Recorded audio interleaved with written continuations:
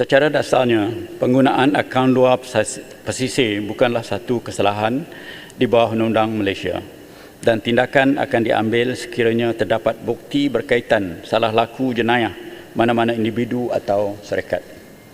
Struktur keuangan di Malaysia dikendalikan oleh Bank Negara Malaysia melalui Akta Perkhidmatan Keuangan 2013 ataupun Akta 758, Akta Perkhidmatan Keuangan Islam 2013, Akta 759 dan Akta Perniagaan Perkhidmatan Wang Akta 731. Aktiviti penguatkuasaan dan pematuhan transaksi wang keluar negara adalah tertakluk di bawah Akta Pencegah Pengumpulan Wang Haram, Pencegahan Pembiayaan Keganasan Hasil daripada Aktiviti Haram 2001, AMLA Akta 613 dan akta berkaitan yang menghukumi langkah pencegahan terhadap kegiatan pengubahan wang haram, pembiayaan keganasan, pemindahan dana melalui saluran tidak rasmi dan pengisytiharan mata wang di pintu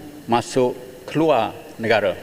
AMLA dikuatkuasakan oleh agensi-agensi penguatkuasaan seperti Polis Diraja Malaysia, Suruhanjaya Pencegah Rasuah Malaysia, Jabatan Kastam Diraja Malaysia, Lembaga Hasil Dalam Negeri, Bank Negara Malaysia sebagai pihak berkuasa berwibawa Competent Authority di bawah AMLA sentiasa bersedia memberi bantuan dan sokongan kepada agensi-agensi tersebut. Manakala aktiviti keuangan luar pesisir Malaysia dikawal selia oleh Labuan Financial Service Authority ataupun Labuan FSA melalui penguatkuasaan Akta Perkhidmatan Keuangan dan Security Labuan 2010 ataupun Akta 704 dan Akta Perkhidmatan Keuangan dan Security Islam Labuan 2010 Akta 705. Aktiviti penyelarasan dan aktiviti penguatkuasaan bersama juga telah dilaksanakan terutama melalui National Anti-Financial Crime Centre (NFCC). Penguatkuasaan dan kawalan sempadan termasuk pemantauan aliran tunai tidak sah. Datuk Yang Tua, Pandora Papers sebenarnya merupakan satu lagi pendedahan oleh International Consortium of Investigative Journalists (ICIJ) yang berpusat di Washington DC sebagaimana pendedahan yang pernah dibuat sebelum ini iaitu Offshore Leak pada tahun 2013, Panama Papers pada tahun 2016 dan Paradise Papers 2017. ICIJ merupakan organisasi yang menghimpunkan lebih 280 jurnalis dan wartawan dari lebih 100 buah negara di samping mempunyai rangkaian kerjasama dengan media-media utama seperti BBC, The New York Times, The Guardian. Dalam pendedahan Pandora Papers, ICIJ hanya menyinaraikan siapa yang pernah atau sedang memiliki saham atau menjadi pengarah dalam syarikat di luar negara ataupun offshore. Sebagaimana yang saya sebutkan tadi, penggunaan akaun luar semata-mata bukanlah satu kesalahan di bawah Undang-Undang Labuan kecuali terdapat bukti berkaitan salah laku jenayah mana-mana individu atau syarikat. Satu lagi organisasi yang kadang-kadang kita keliru dengan ICIJ tetapi sebenarnya ialah organisasi yang berbeza iaitu Global Financial Integrity GFI. Meskipun kedua-duanya berpusat di Washington, GFI pula merupakan organisasi yang terdiri daripada kumpulan penganalisa ekonomi yang membuat pendedahan berkaitan aliran keluar wang haram dengan aktiviti trade mispricing oleh syarikat pengimport dan pengeksport dan multinational company untuk mengelakkan cukai. Merujuk kepada laporan pihak The Coverage berkaitan pengaliran keluar dana sebanyak 1.8 triliun dan nama-nama individu lain seperti ahli-ahli keluarga mantan Perdana Menteri, laporan itu sebenarnya tidak merujuk kepada Pandora Papers. Semata-mata sebaliknya, maklumat pengaliran dana tersebut dinyatakan dalam laporan GFI, manakala nama-nama tambahan tersebut adalah daripada pendedahan-pendedahan lain oleh ICIJ seperti Paradise Papers dan Panama Papers. Laporan GFI mengenai aliran keluar kewangan haram bagi Malaysia adalah lebih nyata, overstated kerana ianya tidak mengambil kira Rotterdam Effect serta menganggap error omission (ENO) yang timbul akibat pencegahan dalam proses kompilasi data sebagai bersamaan dengan aliran kewangan haram. Justru mengaitkan pendedahan yang terlibat oleh ICIJ dan laporan yang dikeluar oleh GFI adalah sesuatu yang kurang tepat dan boleh mengelirukan kerana kedua-duanya merupakan organisasi yang berbeza dengan melaporan yang berbeza. Buat masa ini, pihak Suruhanjaya Pencegah Rasuah ataupun SPM sebelum memulakan siasatan terhadap laporan Pandora Papers, tetapi SPRM dalam proses untuk mendapatkan maklumat lanjut berhubungan pendedahan ini. SPRM juga mengadakan perbincangan dengan agensi-agensi lain yang berkaitan, termasuk dengan Bank Negara Malaysia (BNM), untuk memastikan koordinasi siasatan berhubung perkara ini berjalan lancar. Dalam hal ini, kerajaan tidak akan mengganggu pihak berkuasa sekiranya terdapat laporan terhadap mana-mana pihak atau individu dan memerlukan siasatan lanjut dijalankan terhadapnya. Sebagai maklumat juga, Bank Negara Malaysia telah meningkatkan pemantauan dan perisikan dalam mengesan aktiviti kiriman wang tanpa lesen. Ini menyumbang kepada peringkat aktiviti penguasaan basasa, aktiviti kiriman wang tanpa lesen, sama ada aktiviti bersindiket dan juga operator runcit. Bagi tempoh 2017 hingga 2020, sedikit lagi Ahmad yang tu.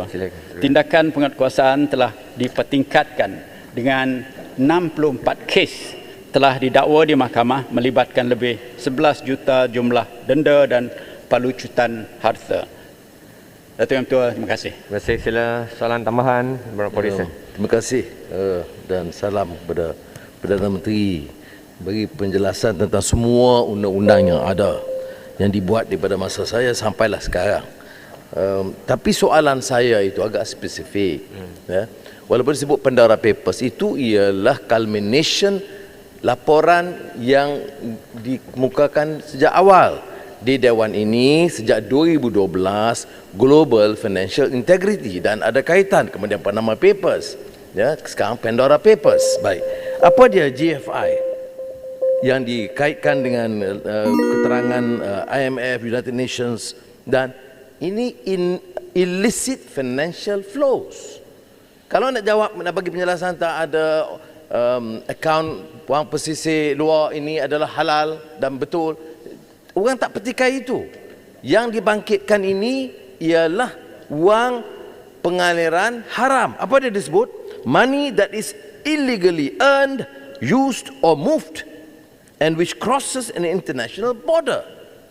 Now, kalau laporan itu sejak 2012 dan tidak ada tindakan, tidak ada laporan, saya anggap ini hanya satu dalih untuk melengahkan. Saya nak keputusan Perdana Menteri, ya, kita akan arahkan penyiasatan yang rapi dan tidak akan melindungi. Ya, berapa jumlahnya, Yang Muhammad, ya? Berdasarkan Pandora Papers yang merujuk kepada GFI, tak apa, kita tak fikir keseluruhannya wang aliran daripada negara-negara lain. Tapi di Asia, kita ini jumlahnya tertinggi. Berdasarkan laporan 2019 yang merumuskan Global Financial Integrity 2019 yang merumuskan pengaliran wang dana haram ini, rasuah, wang dari sumber haram yang lain, perjudian atau pembalakan, perdagangan manusia, ini semua digabungkan dan disebut di sini Malaysia tertinggi di Asia daripada 30 negara. 2015 $33.7 bilion, 100 bilion ringgit lebih. Ya. India hampir 10, Bangladesh hampir 6, Filipina 5.1 bilion. Kita 33.7 bilion. Menteri jawab kata ini mungkin tidak tepat kerana ada yang dimasukkan hal yang halal. Ya, buat siasatan. Dah 5 tahun, dah hampir 10 tahun siasatan. Ambil tindakan, bukan tindakan yang di bawah-bawah yang kecil-kecil ni. Ini nama-nama besar. Kalau mereka tidak salah, beritahu parlimen. Bagi laporan, beritahu bahawa mereka ini tidak salah. Dia kutip 900 juta bawa keluar, ini kerana loteri tiap minggu. Bagi tahu kepada kita dan kita jelaskan. Ya, dan inilah yang soalan saya nak tanyakan. Ya, terima kasih Yang Berhormat.